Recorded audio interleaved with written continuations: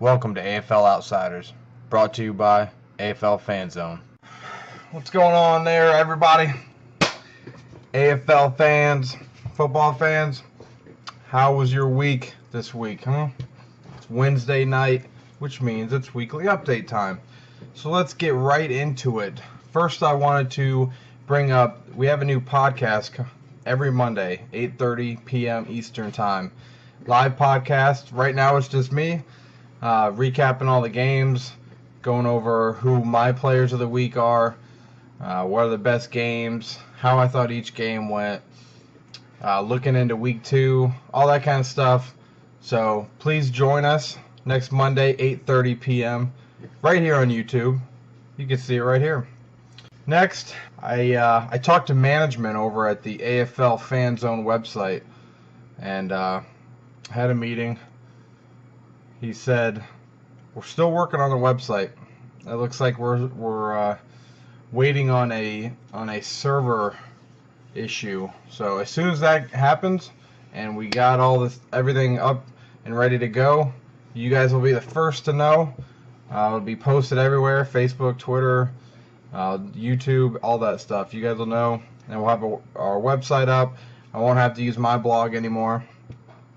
But speaking of my blog, make sure that you check it out daily. Not only do I post the daily transactions, but I also post the injury reports every day. AFL started this year injury reports every day of practice about who didn't participate, who was limited, who was full, and who got put on inactive reserve.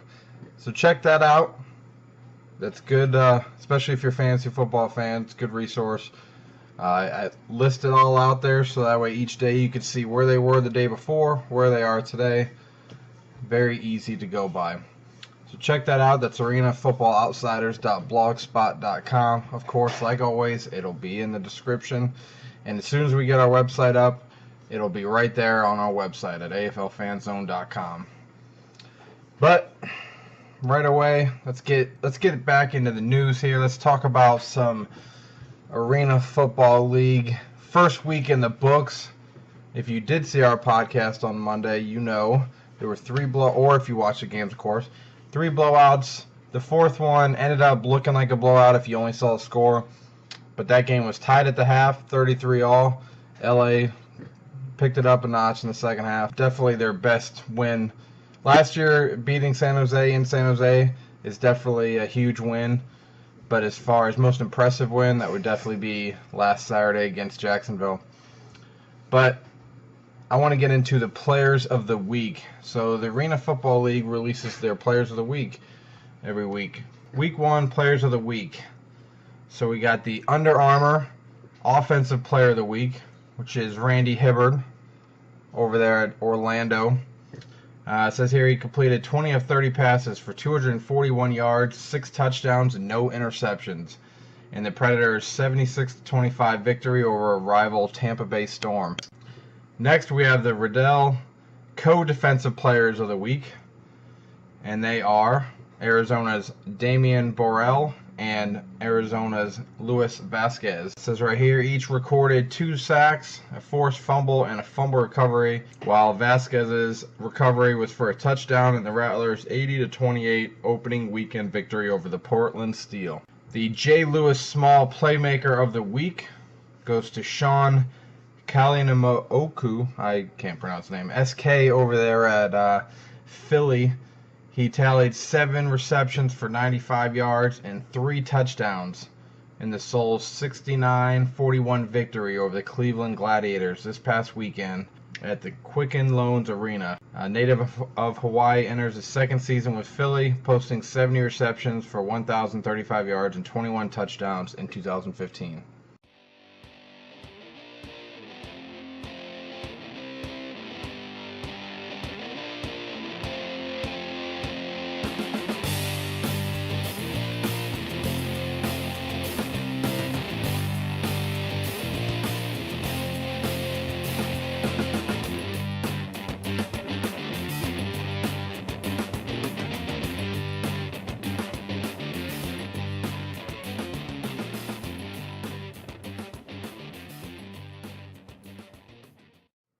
Cutter's catch of the week goes to LA's own Donovan Captain Morgan with his first touchdown of the game. He continues to add to his outstanding AFL career in his first touchdown of the evening, like I said, an 11-yard score from quarterback Nathan Stanley in the first quarter. Gave him 250 for his career and the catch of the week this week.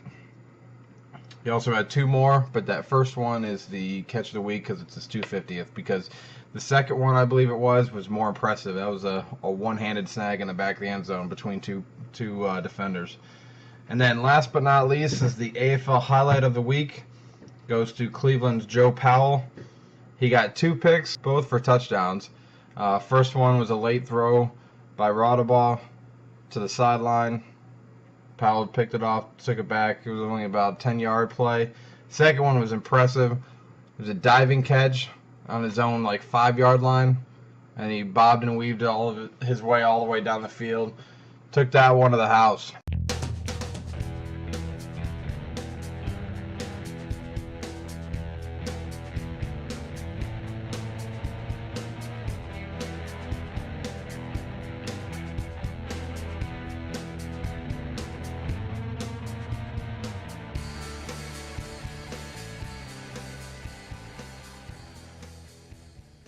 That's it for the players of the week. A couple of schedule changes I wanted to bring to you guys' attention here. Tampa Bay Storm at Portland Steel, Week 10 game. It was scheduled for June 6th. They're moving it to Friday, June 5th to Friday, June 3rd.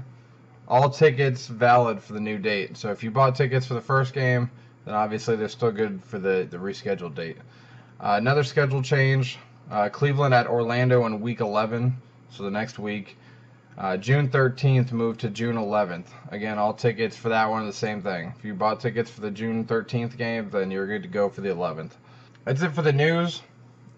Obviously, there's no point really going over all the games because that's what Monday's podcast is for.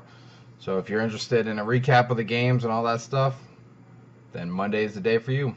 But let's get right into the transactions. So there's 3 big transactions that happened this week.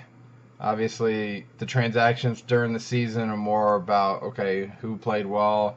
Do we need to cut another player, bring someone else in, someone injured, that kind of stuff. So Vakeon Lacey of the Storm was activated from league suspension this week. Dennis Haverla was claimed off reassignment for Cleveland. That's news because, 1, Deeger didn't play too well, and then 2, he took a huge shot in the second half of that game, so he might be injured. I mean, he did not participate yesterday at practice, so this could be just insurance. It could be, hey, hopefully it's not, we saw enough out of Deeger in one game, because obviously you're not going to be able to tell how a guy's going to be in one game. But Haverla claimed by Cleveland. And then last but not least, I'm saddened to report that wide receiver Nick Truesdell for the Portland Storm got placed on IR this week. That sucks for Portland.